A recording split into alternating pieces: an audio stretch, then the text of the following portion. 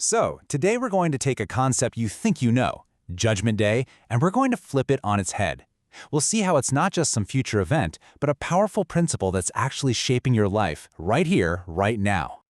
So let's just dive right in with this question. You know, we all have this picture in our heads, probably from movies, right? This big, final, distant judgment day.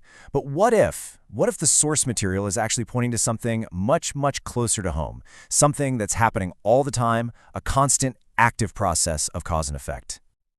Okay, so on one side, you've got the traditional view. It's usually seen as this one-time thing, way off in the future with some kind of external judge. But if you look closer at the Quranic text itself, a totally different picture emerges. It's not a future event, it's an ever-present reality. It's not an external judgment, it's more like an internal accounting. And it's not a final ending, but a continuous process, something we could call the Great Unveiling. So to really get our heads around this shift, we've got to do what we always do here. We have to go beyond the translations, we have to look at the original words themselves, because that's where the real juice is, that's where the deeper meaning starts to pop. All right, so take the word that's often translated as resurrection or judgment, al-Qiyamah. Now, its root, qaf wal mim, that literally means to stand up or to be established. So think about that. Qiyamah isn't just some random name. It's the moment when reality itself literally stands up and becomes so obvious you just can't deny it anymore. And then you've got its partner concept, al-Hisab. This one's a bit more straightforward. The root means to count, to calculate. So Al-Hisab is all about a precise, ongoing accounting. It's like a perfectly kept ledger, you know, where every single thing you do is recorded and has a specific weight. So, okay, let's put those two ideas together, and wow, the whole picture just shifts, doesn't it? This is no longer about just sitting around waiting for some verdict in the distant future. No. It's a principle that's active right now in the present tense. Reality will stand up, and the accounts of our actions will be settled. Period. But, you know, this whole principle isn't just some big monolithic thing.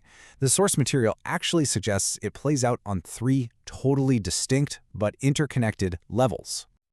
Okay, so first up, you have the personal level. This is that moment of total clarity, often at the end of someone's life, when all the excuses, all the veils are just stripped away and you see your life for exactly what it was. Then you've got the societal level. Think about it, when an unjust system or a corrupt nation or a culture built on lies finally reaches its breaking point, it just collapses under the weight of its own actions. That's a societal reckoning. And finally, you have the big one, the ultimate cosmic finality, where the entire system, the whole shebang is unveiled, and every single account is settled for good. Okay, so that's the big theory. But how does this actually apply to you and me? This is where it gets really interesting, because this is where it becomes super practical, right in our daily lives.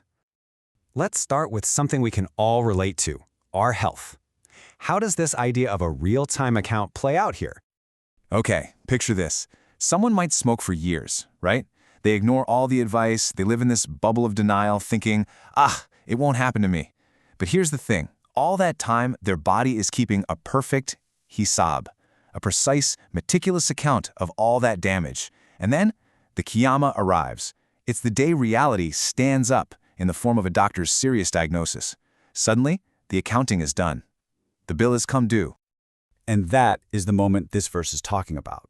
All of a sudden, that comfy blanket of denial is just ripped away and your sight becomes sharp, piercingly clear.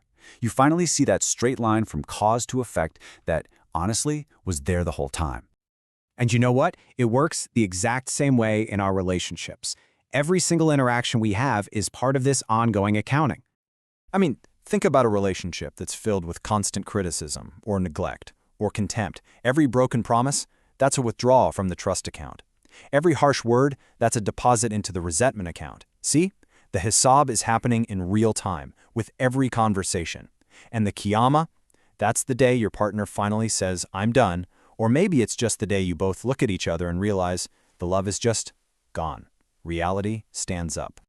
And in that moment of truth, a soul knows exactly what it brought to the table. You can't hide from the results that you yourself helped create.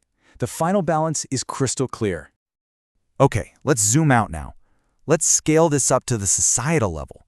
Just think about our relationship with the planet. For decades, right, societies have pretty much ignored the blinking red lights from scientists about the environment. But the planet is keeping its own Hisab. It's keeping a record in rising temperatures, in freak weather events, in collapsing ecosystems. The societal Qiyamah, then, is that tipping point. It's when the consequences just can't be explained away or kicked down the road anymore. It's when coastlines start to disappear for good, when food systems start to fail. It's when reality stands up and demands our full attention. And the source material uses this just incredible imagery, the Earth itself reporting its news, testifying to everything that's been done to it. I mean, the consequences literally speak for themselves. So after all this talk about accounting and reckoning and consequences, you might be thinking, wow, this sounds kind of scary. But actually, it's the total opposite. If you reframe it, this idea can lead to a really profound kind of freedom. Think about it. Instead of living with this constant low-level anxiety, always trying to deny the consequences of what we do, we can choose to live with our eyes wide open. And there is a deep, deep freedom in that. In just aligning yourself with reality, living with honesty and clarity. So here's the takeaway, the really crucial point. You can become your own accountant. You don't have to wait. At the end of each day, you can just take a moment to reflect. What consequences did my actions create today?